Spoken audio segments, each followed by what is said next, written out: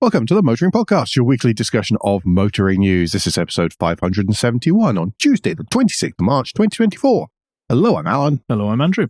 And this week we'll be looking forward to the conspiracy nuts dousing their own fired-up lunacy. What are you going to do? Sorry. In new car news, we ask what and why a lot.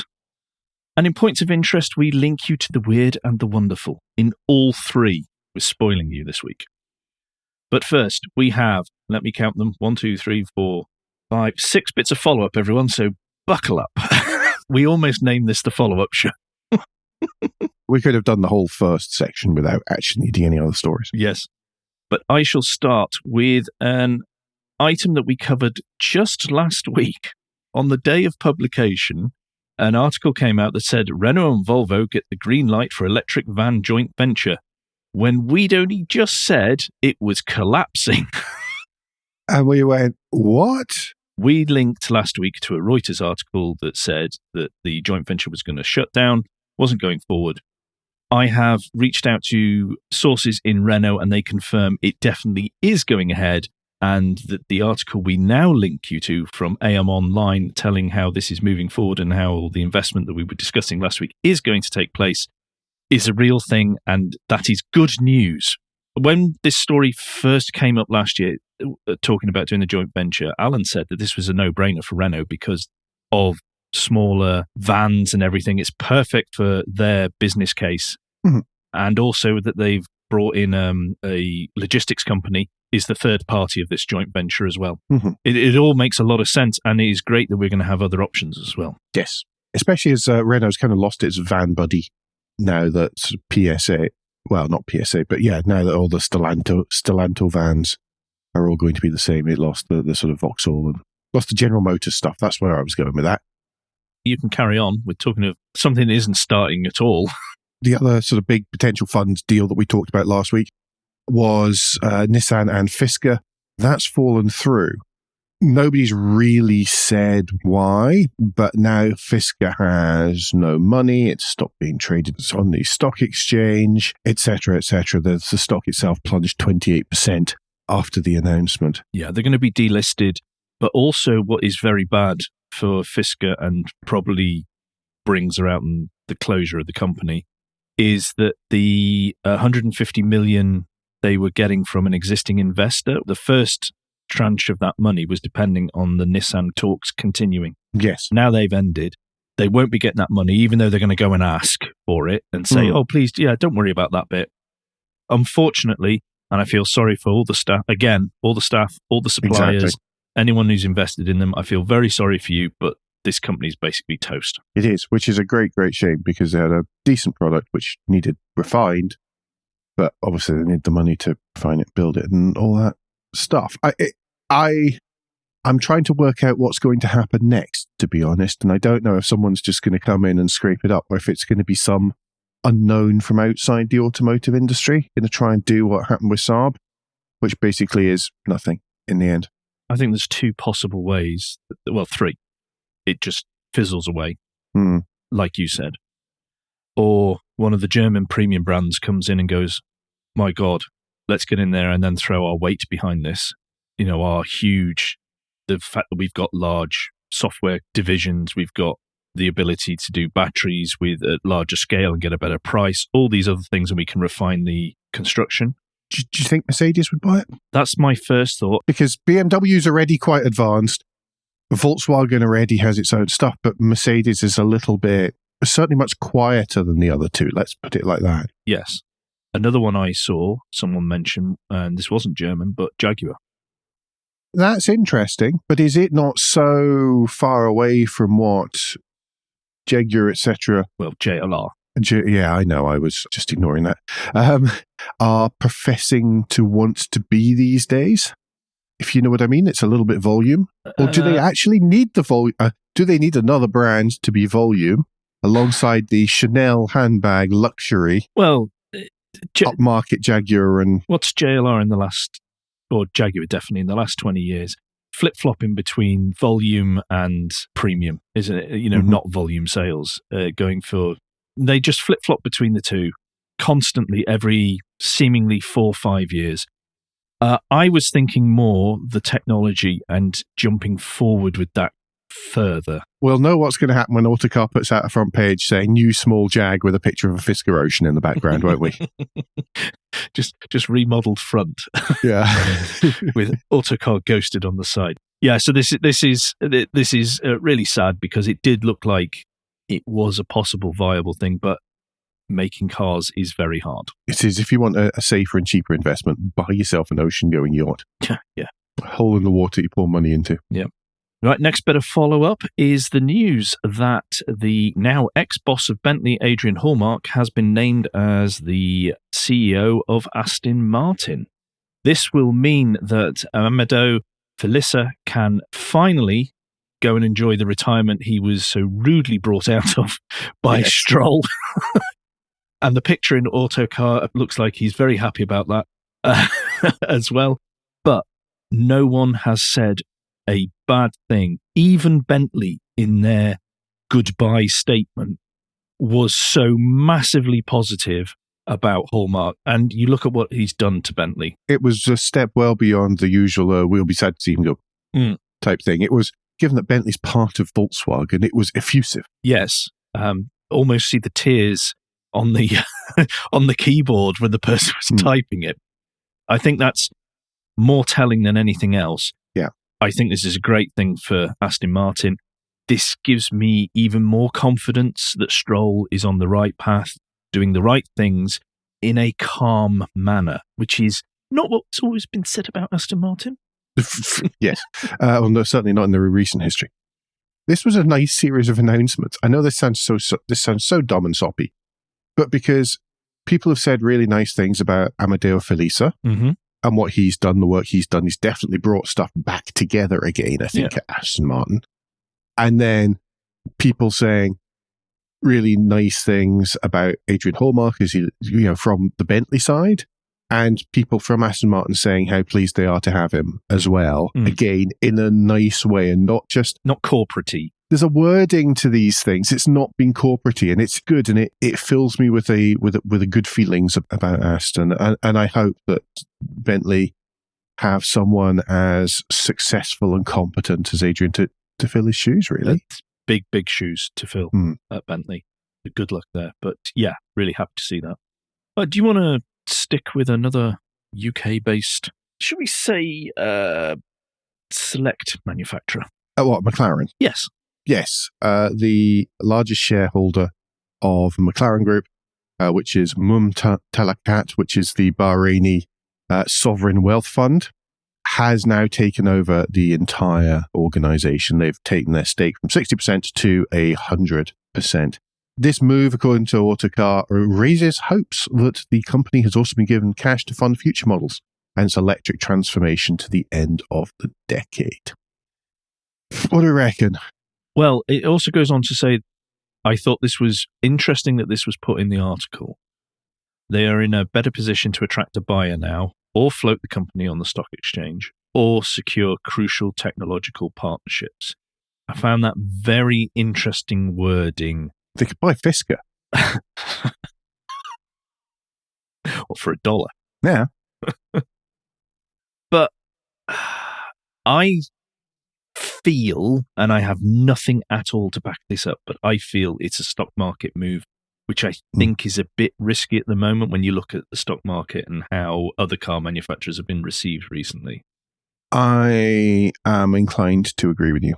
The one thing that McLaren's missing, this is what we were chatting about beforehand, and this is where Fisker's not as dumb a suggestion as it might be, really sort of, is that McLaren are missing an attainable model that brings in cash. And by that, of course, I mean an SUV. I mean, even Lotus now have Ferrari. Some form of SUV.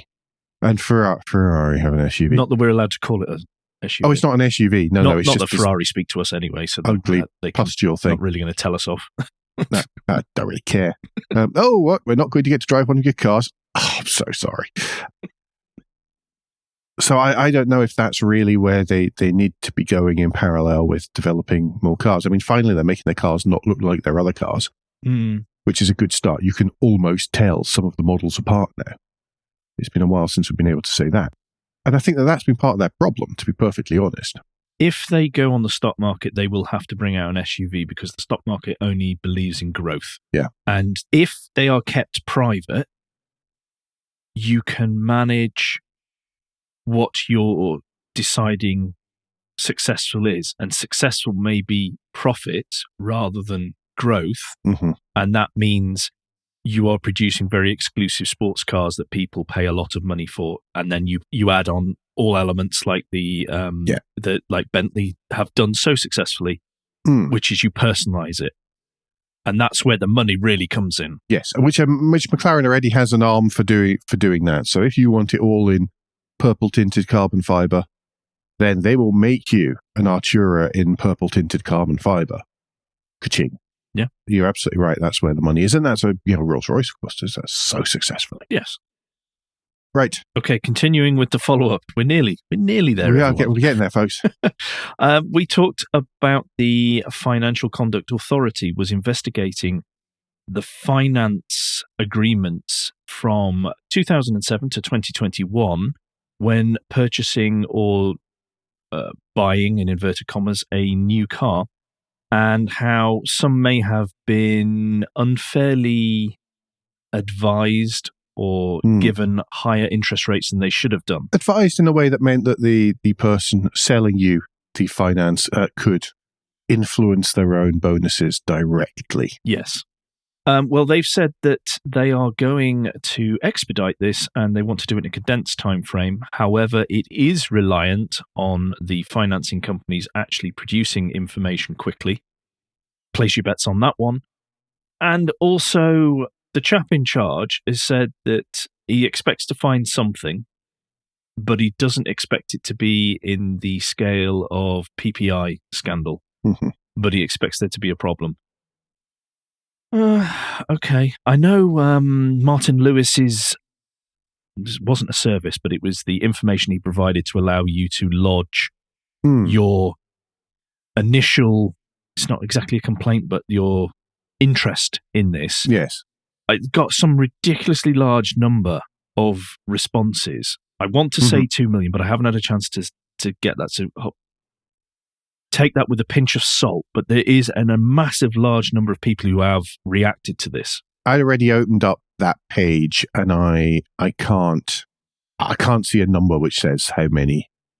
Gives a rough idea of those numbers. Yeah. On his page, because I was going to say, don't forget, if you think you're affected, then you can go to the moneysavingexpert.com website and then click through and it tells you if you are likely or not and whether it's worth registering a complaint even. Yeah. There's some companies, some finance companies, it's just not worth doing because they just didn't behave this way. Yeah.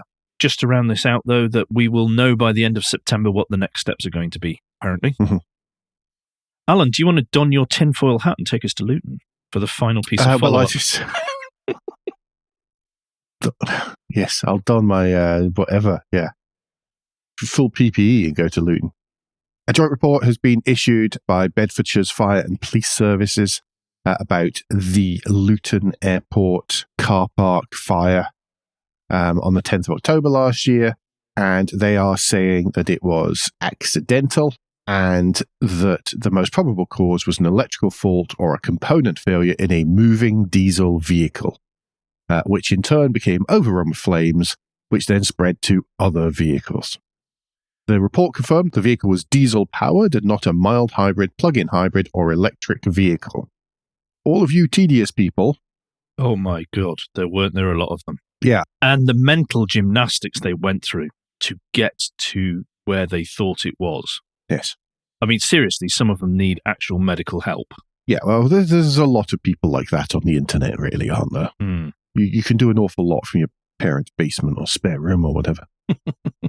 By the way, the car park, which was one that I was very fond of using myself at one point, is going to be fully demolished after structural reports found it unsound. That work should begin in January next year? No, it began in January. Oh, it began in January, pardon me. Yes, I'll learn to read at some point. And there endeth the follow-up. Yes. Finally. into new news, and I'm not starting with anything good, I'm afraid. No. The LUNAZ group has completely shut down production and all its operations, as it has announced it will appoint administrations as it undergoes a restructuring process. Now, LUNAZ is two companies. So there's Applied Technologies, which does the retrofitting of commercial vehicles like EV bin lorries. That was the main thing they did. They made EV bin lorries. And also there was their classic car version of this called LUNAZ Design. They have booted out the 40 employees. They've got no pay for the month. I've heard that. LUNAZ seems to have accidentally thought it's in America. Well, yeah, when you read the statements, and we're going to, I have linked here in the Electrive article, I'm going to read a little bit of this because it is astonishing, some of the reasoning that has gone into to explain this. But it says that there was shifting market dynamics, apparently, and these are caused by delays to the legislative requirements for fleets to transition to zero-emission vehicles. Now, for me, that sounds almost British Volt-esque in we will point the finger at anyone but ourselves. Obviously, this is talking about commercial vehicle fleets and sort of bin lorry fleets, really, that they were hoping to convert. And of course, nobody's saying you must have electric bin lorries or electric commercial vehicles yet.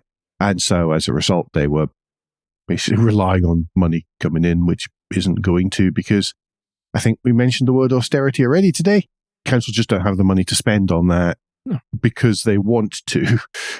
It has to be spent on things like education and that kind of thing. Yeah, it'll be interesting to know what comes out in the wash of this when the administrators are appointed and when we start getting information. And we find out, a second time already in the show, and we're only so fresh into it, but feel really bad for the employees, feel really bad for the suppliers who've all been basically cut off at the knees for this. I don't know how many people are in serious debt, but hopefully we get that information like we did with Arrival. Well, talking of councils and spending money, Alan? Yes, the pothole fund that the government announced and continues to announce repeatedly. If we say it enough times, it might be new. Yeah. I mean, this might as well have been in... The only reason that this wasn't in follow-up was because we thought that was starting to extract the urine if we did that, you know. But it turns out that the councils are not spending the pothole fund on potholes. They're spending it on other things because the money hasn't actually been legally ring-fenced, that the councils across England and Wales are getting £143.5 million.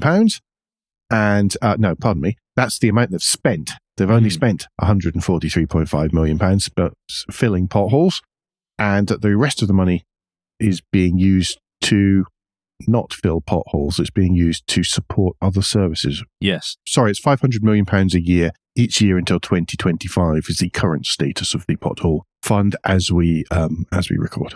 Yeah.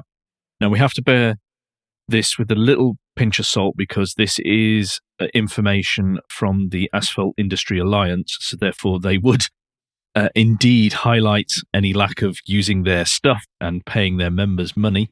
However, as this wasn't ring-fenced like the previous pothole fund was, the councils have seen an opportunity to get hold of money and spend it, as Alan was saying just in the last news item, spend it on services or areas under their control that they felt took a higher priority. Worth mentioning that this is the current one is called the Potholes Fund, and its predecessor, which was ring-fenced and had clear and measurable aims, was the Pothole Action Fund. So the People's Front of Judea and the Judean People's Front here. Do be aware which one people are talking about should you ever find yourself in a witty and enthralling conversation about pothole funds and pothole action funds. Yes. And I think we'll move on before it gets Please, political. because it's awfully miserable. Yes. Well, what I will say is some potentially good news on one hand, but not so great on the other. And that is that the Home EV Charging Grant has now been expanded in scope to include on-street parking. So therefore, if you happen to not have a drive, you can now access this fund. If you happen to not have an EV, you can now access this fund as well. Yes. That's good. Well, it is good. It is good and it is bad. The challenge is, of course, you've got to stop everybody going around and just asking for every second lamppost in their street to have a charger, because you'll never guess what, everyone. The actual amount of money has not changed. Yeah. They're spreading the butter even thinner across the toast than it already was. There's always been that balance, hasn't there, with EV charging? And it's having the right chargers in the right place at the right time. It doesn't matter how many sodding chargers you have. If they're not in the right place, they won't get used. And you might as well not have the charger.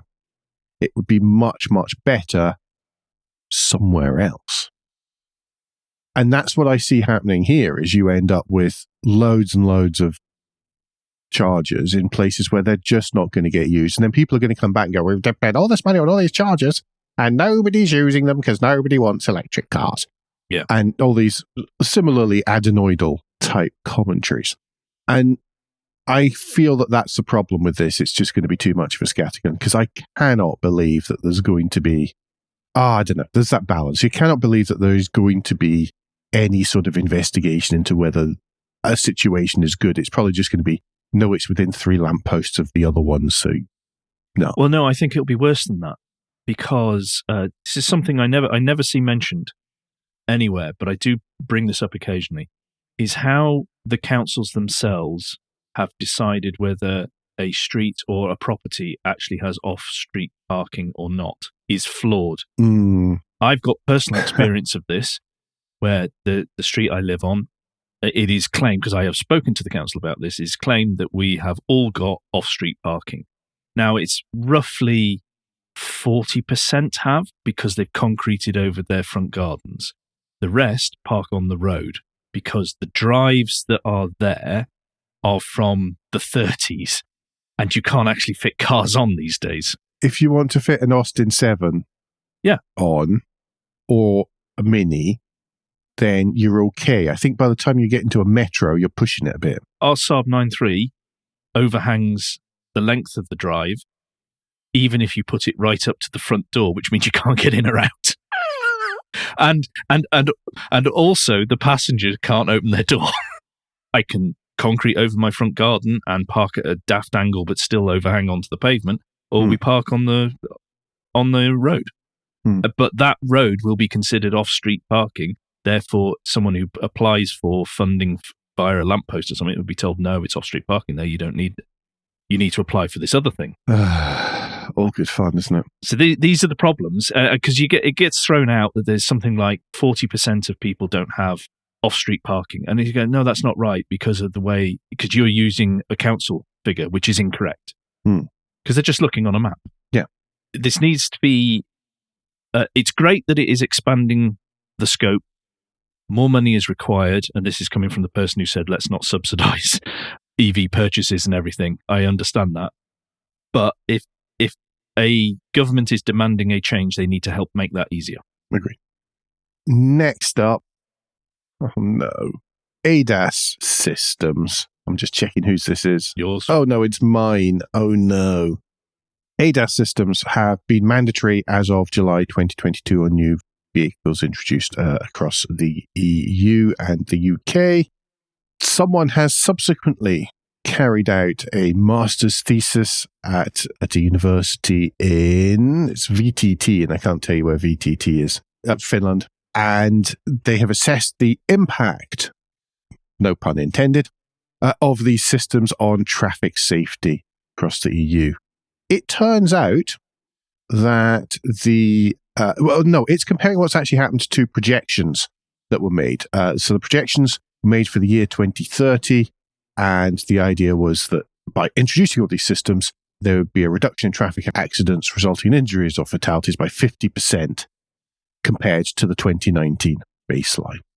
The actual outcome is that there has been next to no change at all. And there won't be. Autonomous emergency braking has been seen to be the most effective and has been estimated to account for a 5.6% accident reduction in the region. Everything else, well under 1%. And this is all by 2030. And this is all by 2030. And this covers accidents that would fit the criteria of the driver assistance tech.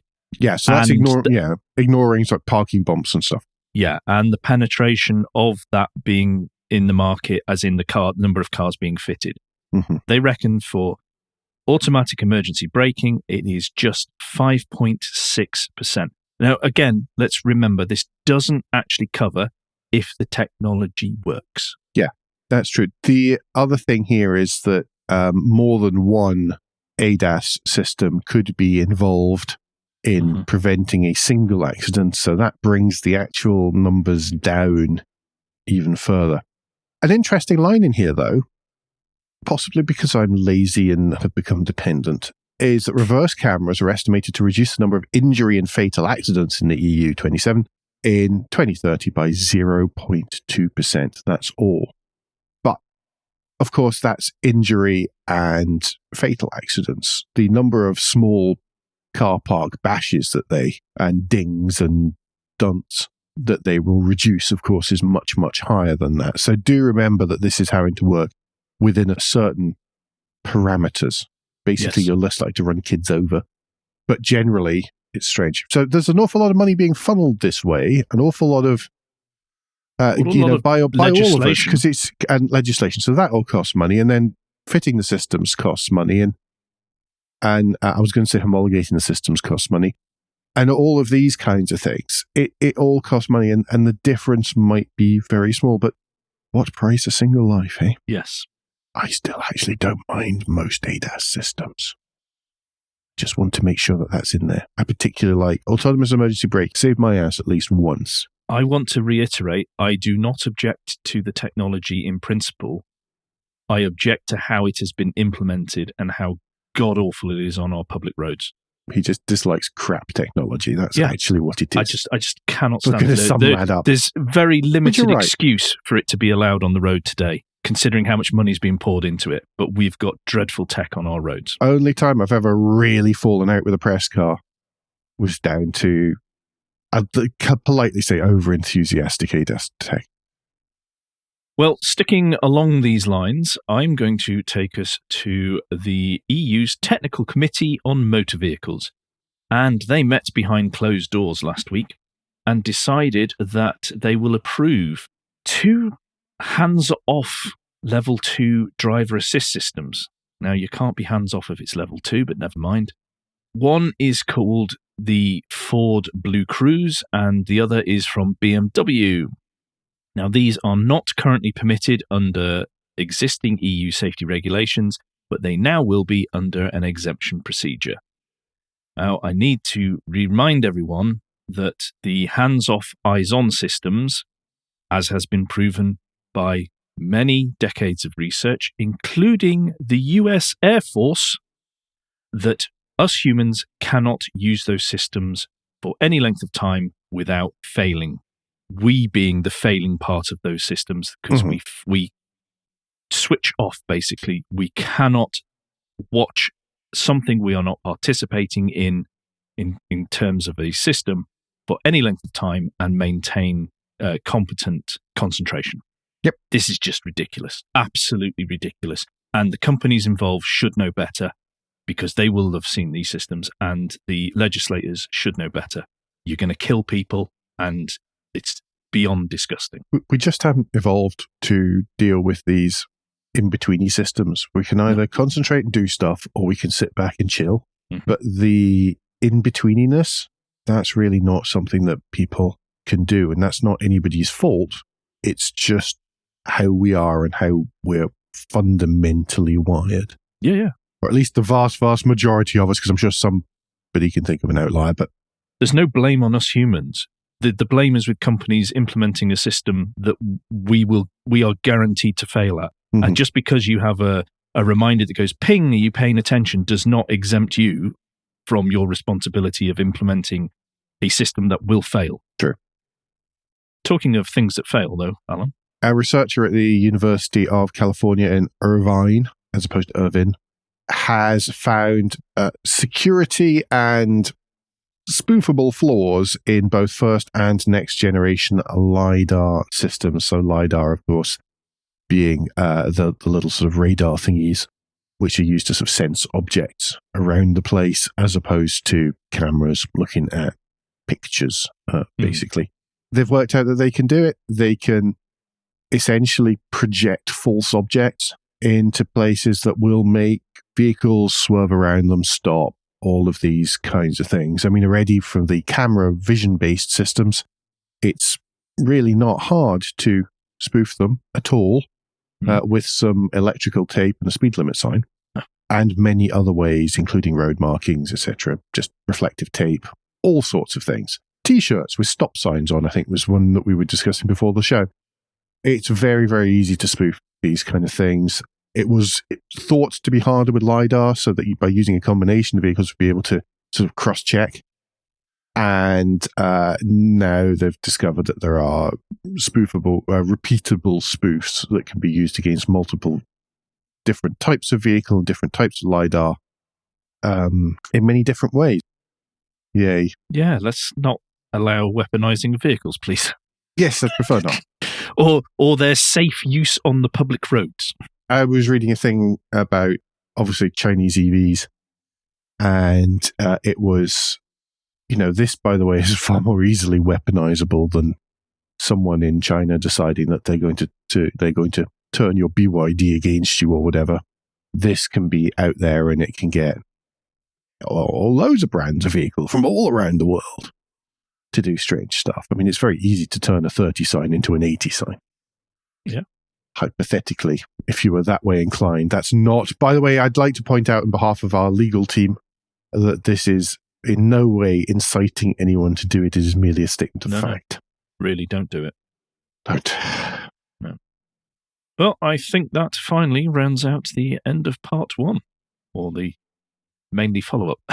Thank goodness for that. But yes, we'll take a short pause for Guilt Minute, the quick break in the show, where we ask for a tad of financial support to keep the lights on and the hosting running.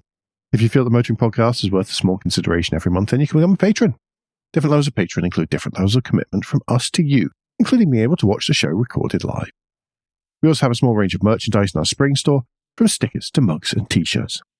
If you don't have any spare cash, we completely understand that you can help us by following for free from a podcast player to receive every show as they're released, and by liking and rating the show in whatever way your podcast supplier lets you.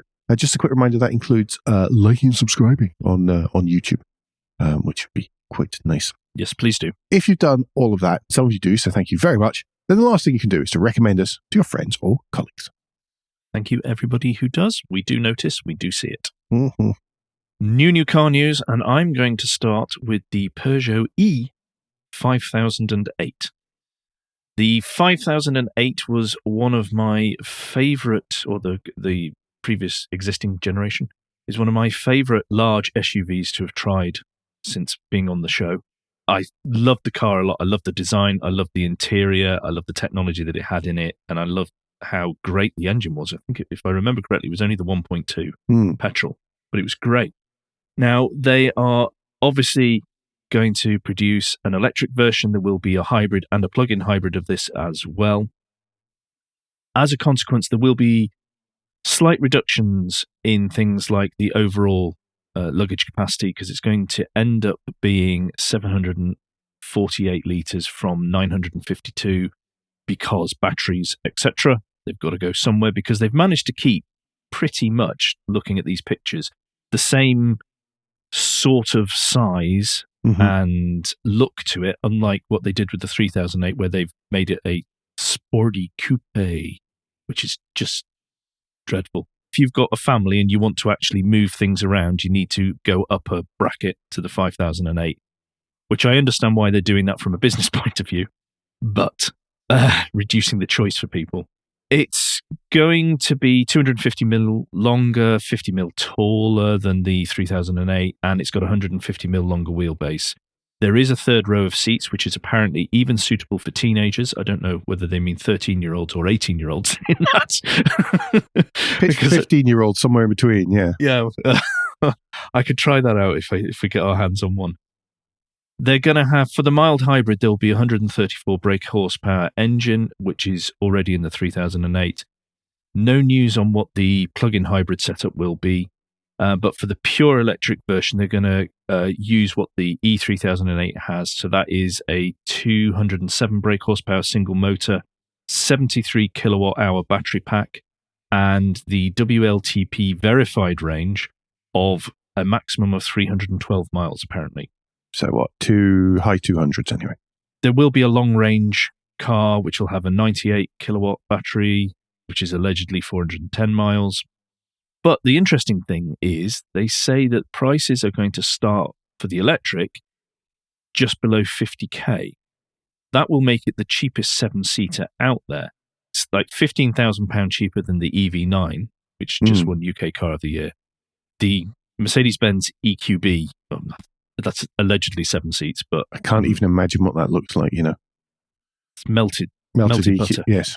That's 52,000 or nearly 53,000. They will be coming in cheaper, and Stellantis do seem to have sorted their battery tech out where it is much more reliable.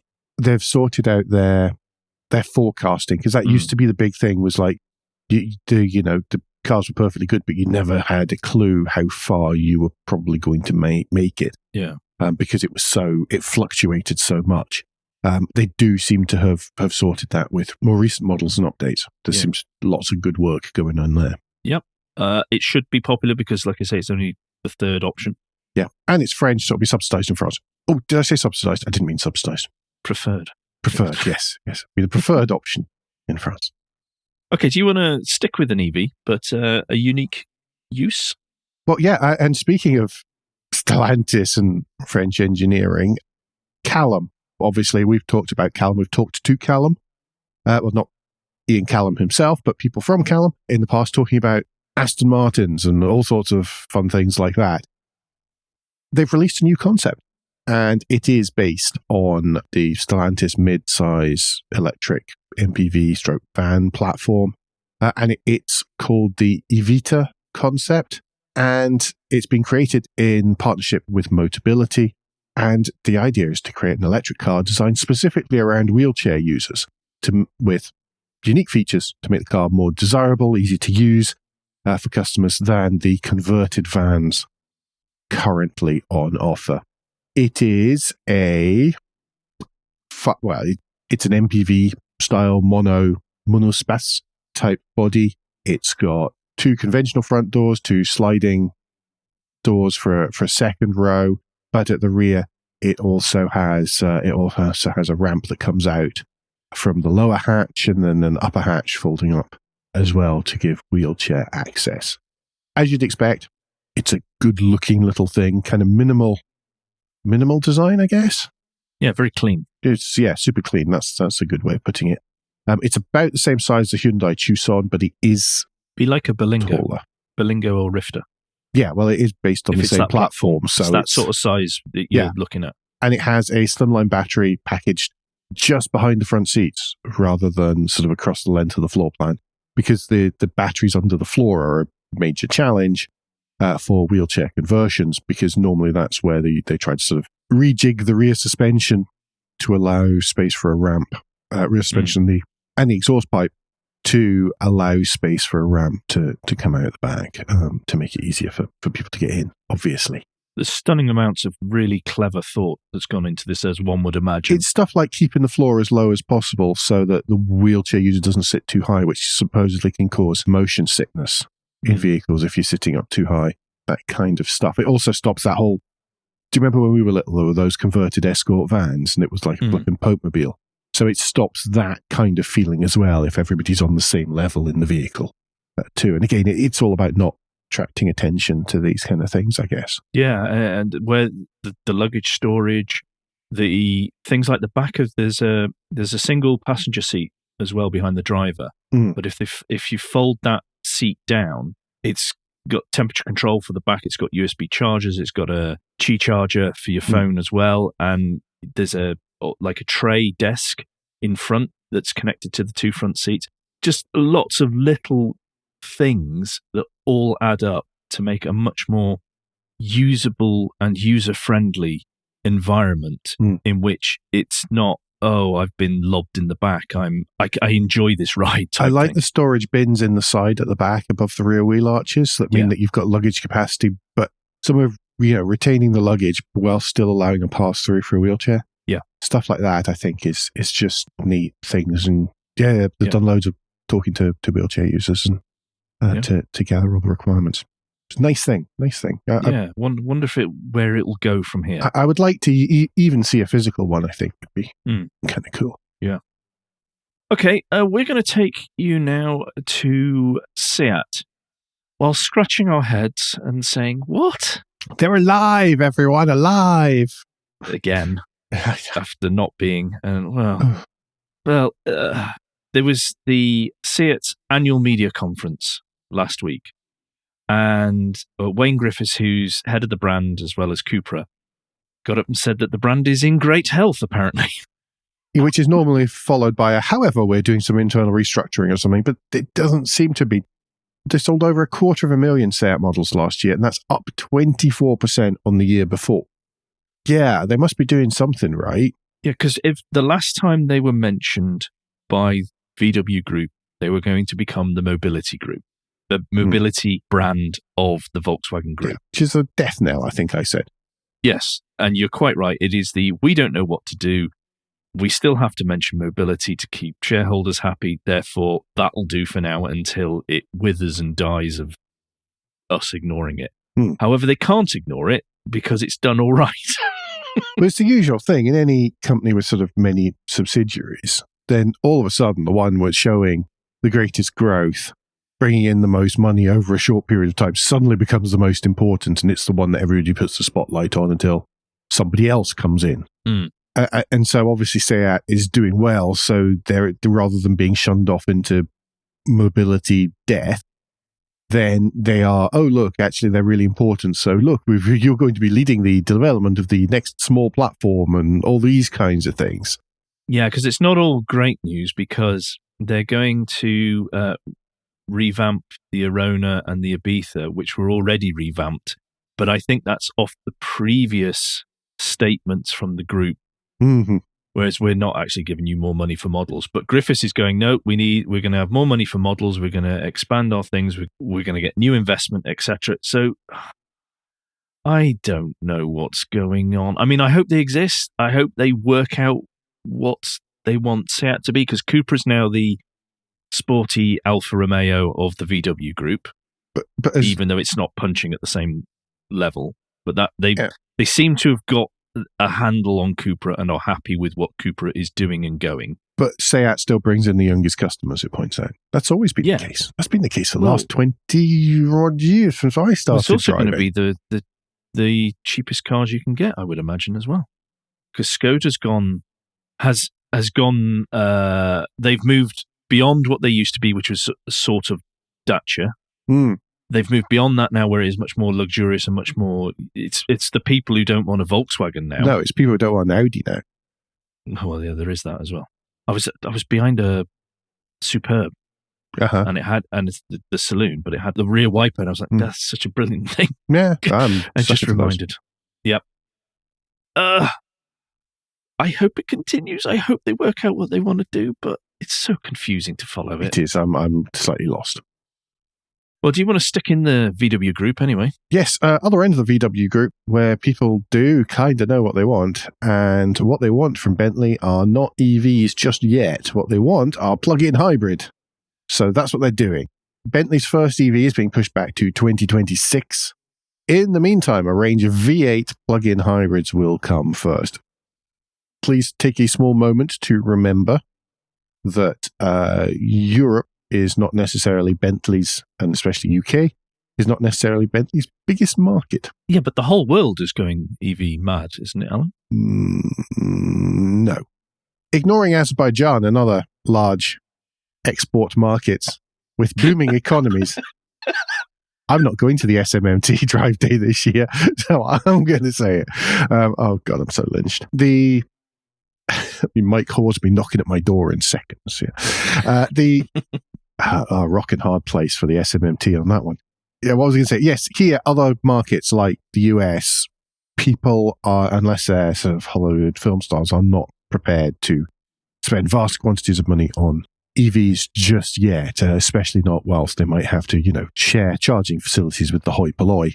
So for shorter journeys around in the US, particularly on the West Coast, for example, you'd be hoping you can go out, do short journeys, maybe a trip to Louis Vuitton or something, just on electric power and with loads left to make sure you can get back to your gated compound to charge far, far away from these sweaty masses.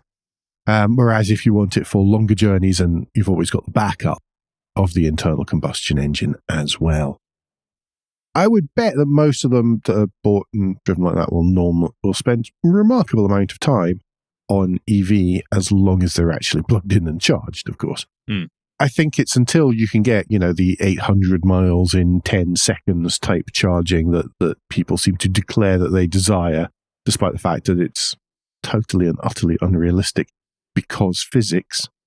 This is the best stepping stone. And remember, lots of people taking tiny stepping stones is actually more beneficial to the world than a few people making a massive leap. Yeah. And we need to also remember that the next the first EV for Bentley is going to be based on the premium performance electric architecture, which Audi's developing, which has been delayed and delayed and delayed. And Porsche's had problems. Yeah. The Q6 e-tron from Audi's had problems.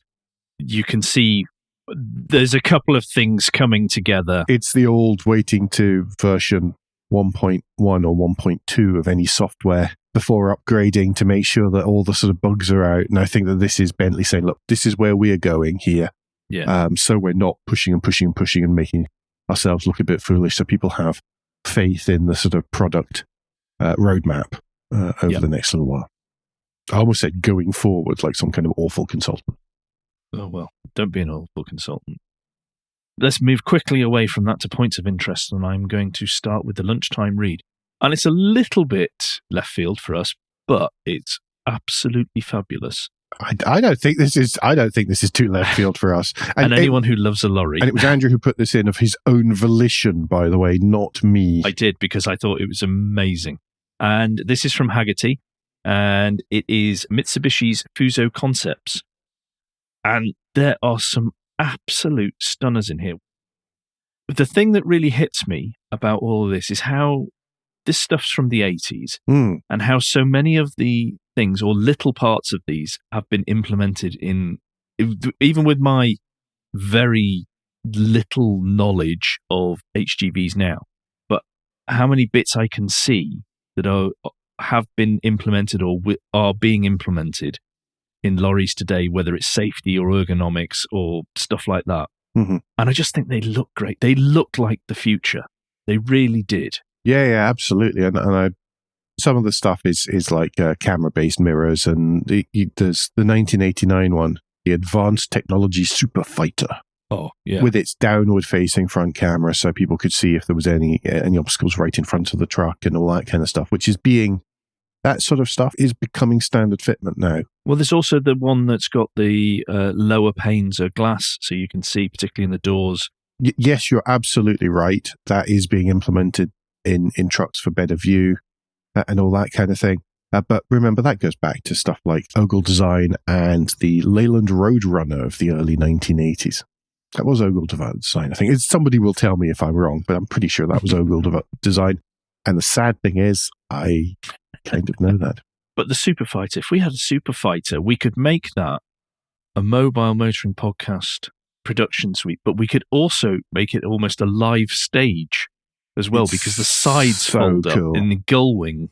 And it's got like flower sick Recaro seats and everything. Yeah. Yeah. It's very cool. Have a good look through this. Nice one from Hagerty. It's a really good, different, awesome article. Yeah. List of the week this week comes from Car Throttle, and it's 10 of the weirdest homologation specials ever. This is a little bit JDM at the end here today. Yes, lots of them happen to be Japanese. There are probably enough for us both. Well, no, it's only 10. Oh. Andrew, which one have you chosen?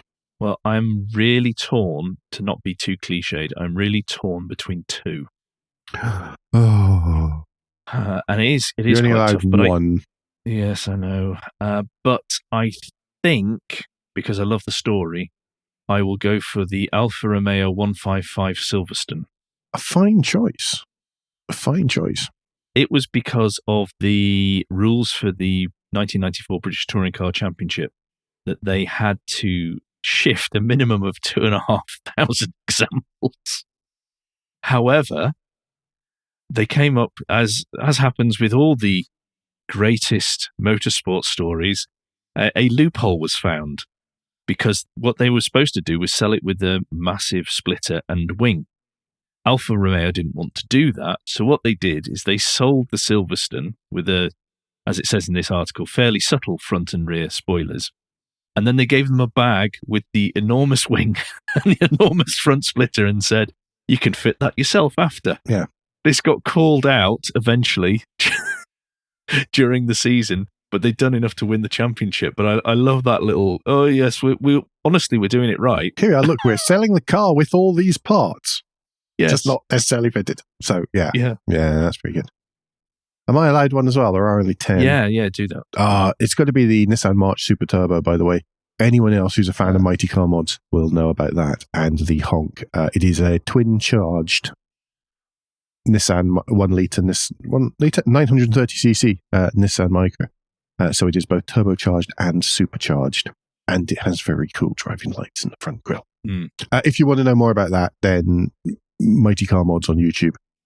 There's a wonderful long film they did about driving it around in Tokyo. And then the poor car got kind of stuck in Japan for a while, but it is now with them in Australia. Oh. Very cool. And finally, Petrol Blog. Well, I'm linking you to a video for a car that is no longer part of the Petrol Blog fleet. It has made way for something else, but we don't know what it is. He's announced it yet. No. But this is the Renault Safran with the English voice synthesizer, and you've got to watch the video to see what it says, why it says it. It's wonderful. I love it so much. Here are some words from the Safran's air attack warning, man. It's brilliant stuff. Oh, I think that just about does us. That does. Oh, I did think of one more piece of follow-up, by the way, which I'll stick it in parish notes. So we've got the whole thing sandwiched by follow-up, which is it was Denby Transport of Lincoln that had the very long double Arctic, which was slightly different from the setup that was in the picture that I described last week. I did share on social media the other day a link so that you can see diagrams, videos, and everything from Denby, all about the Eco trailer. Okay. There you go. It just suddenly came to me when I was doing YouTube shorts the other night. I suddenly remembered the name of the transport company. Don't ask. In the meantime, though, don't forget that between now and next week, you can give us any feedback and share your thoughts for the show at Motoring Podcast on Twitter and Instagram, on Facebook, and on the contact page of motoringpodcast.com, the hub of all our activities. Remember, you can support us financially via Patreon, and please leave a review and rating on Apple Podcasts or however your podcast app lets you do such a thing. Andrew, what's the best way to get in touch with you? Best way to get in touch with me is either via Twitter or Mastodon or even LinkedIn. If you search on the first two for Cracked Windscreen, you'll find me there, and then I'm under my name on LinkedIn because that's how it happens there. And Alan, if people perhaps can't be bothered to watch Mighty Car Mods and want to learn more about the Micra, and then be told by you to watch Mighty Car Mods, all of it from the very beginning, what's the best way for them to get in touch? That's a lot. That's over a decade's worth of videos, but you should watch it all anyway. Best way to get in touch with me is on Twitter, where I'm at AJP Bradley. That's Bradley. As said, we'll be back very soon, but until then, I've been Alan Bradley. I've been Andrew Clues. And safe motoring.